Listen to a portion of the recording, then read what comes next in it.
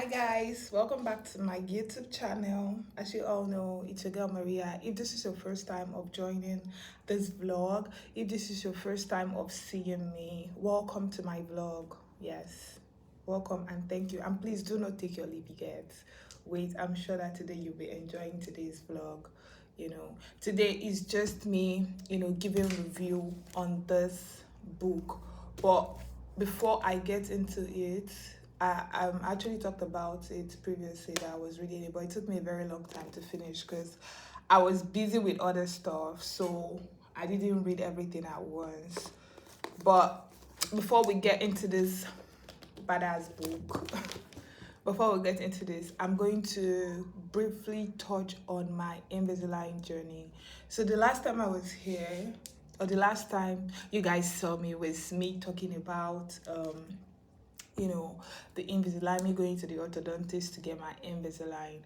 Guys, like, look at it. I'm on the second tray. Remember the second tray? If you don't understand what I'm saying, like if this is your first time, I would just advise you go to the previous vlog to just update yourself so you don't get lost in between the conversations. Do you understand?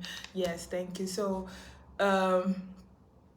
So this is the second tray. Remember that the second tray, I was supposed to be putting it on the 14th. Yes, on the 14th of June. I don't know what today's date is. I lost count. I think today should be 20 something. 24, I guess. So I've actually put on the Invisalign, which is the second tray. And guys, the first experience from the first tray, which was when I went to the orthodontist and back, I would not lie, like people don't even bring it out there to say that, oh, it's very, very uncomfortable. It's not just uncomfortable, it's painful too. It's very painful. And that night, while I was wearing it, which it was the first night, I had a couple of alcohol, and guys, I was a mess waking up the next day because I had crazy headache. Like, it was, I don't know if it was the fact that I saw my boyfriend and I was super excited. I just drank a lot, and it gave me really mad headache. Like, I had headache for 2 days. I kept on taking painkillers. I kept on taking paracetamols, ibuprofen. Like, nothing literally worked for that headache until I actually take them out. And that way I could actually be a bit relieved. But then I'm supposed to wear it for as long as possible, which is like almost like I'm supposed to wear like 20 hours a day. So taking it off and putting it back on would not help me get on track. So I just had to deal with it. But the third day, because I was supposed to go to the hospital, but then the third day the headache disappeared, guys. Like, it's not even a joke. Like, I was literally sick. I was literally sick. And the fact that whenever you take it out, like, you have to clean it, stuff like that, like, it made my whole routine change, even my eating habit. Like, I just have time that I eat, so that I can clean it and wear it back on. Like, I'm always trying to make sure that I'm wearing it, because guys, I really want to correct my teeth, honestly, and I don't want it to be a long ass process. But let's quit with that. Having said that, like, there's still a whole bunch of things to do with this thing. Like, you make sure you have to carry your trays, like your case, around.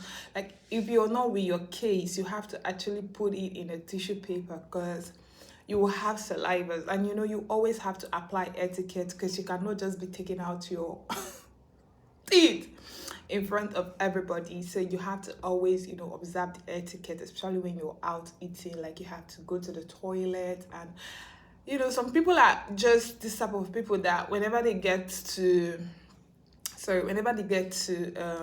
a restaurant, they don't like to walk around. Like me, I'm a very shy person. Like, whenever I'm somewhere, I just like to stay put. I don't like to draw attentions or whatsoever. So, but this whole issue, or this whole Invisalign thing, is a topic on its own. So my next appointment is on June the 28th.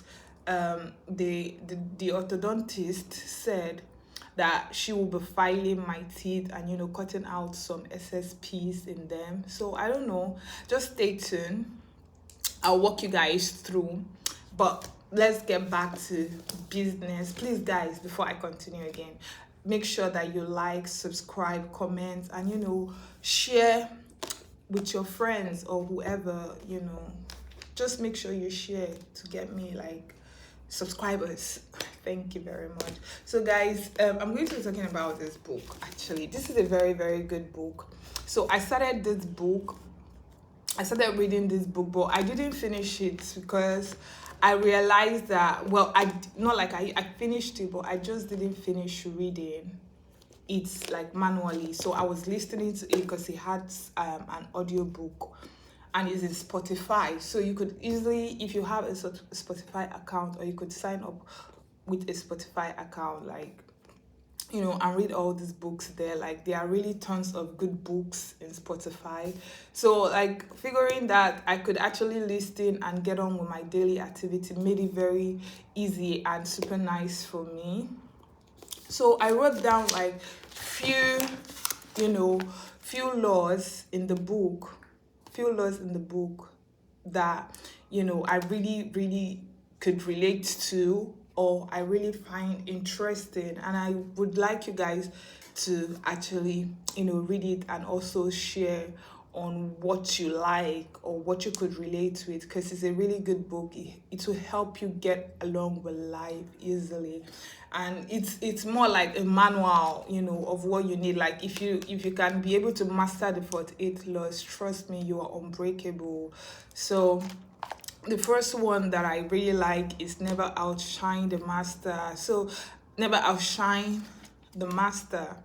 So basically, this is actually talking about, generally, from even hearing the term never outshine the master, it should ring a bell that whenever you're doing something, or whoever taught you something, in as much as you're going to be better in what you're doing, but don't rub it to the person's face to tell this person that you are better. If somebody helped you to grow, always be grateful, and never in other way around try to outshine this person or not give this person credit, just stuff like that.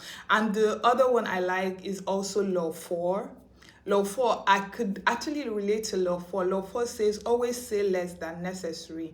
So guys, like, I'm this kind of person, like, whenever I've been indoors so much, like, and I'm outside, I just tend to start talking. So, but I'm trying to curb down the way I talk, but I couldn't, or I can't, because it's difficult for me, having to be by myself all the time and the rest. So this is practically, this reminded me, or this law 4 is a reminder for me, to remember to always say less, because sometimes you don't even know who you're listening to. And if you're a big talker, like, people tend to not take you serious. People tend to, like, whatever you're saying just keeps on pouring on the floor. So sometimes it's always good to minimize your words and articulate them, and know what to say, and not just say overboard.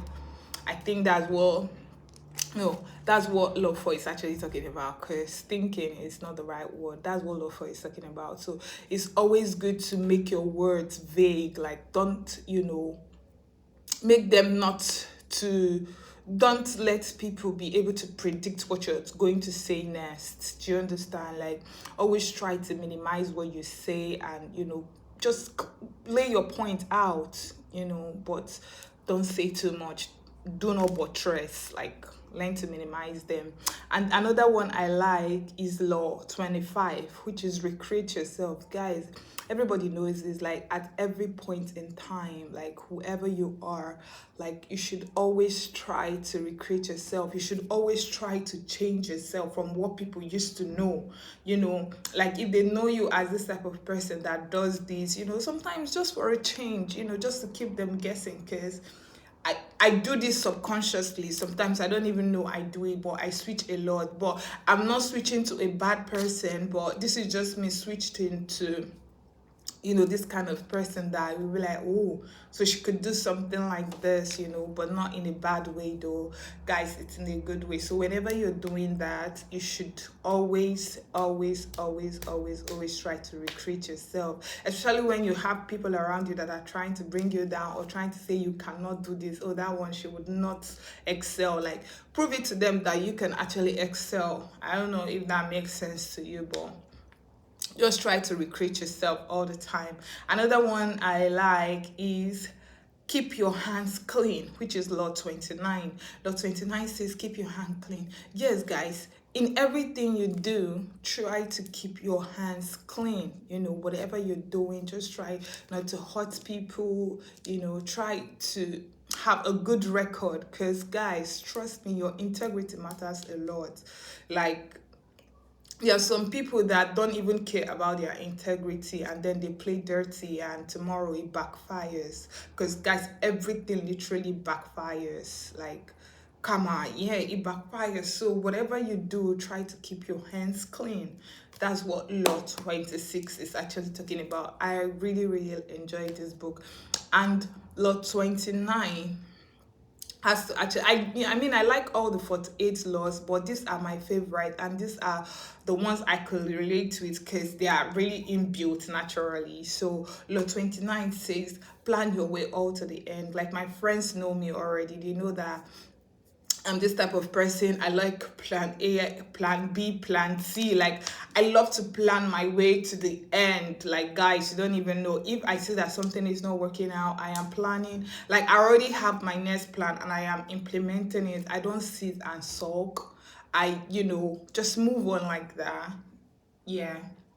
I just move on like that. So, guys, I'm imploring you to actually read this book, Power by Robert Greene. It's a very, very good book. Like, read it and thank me later.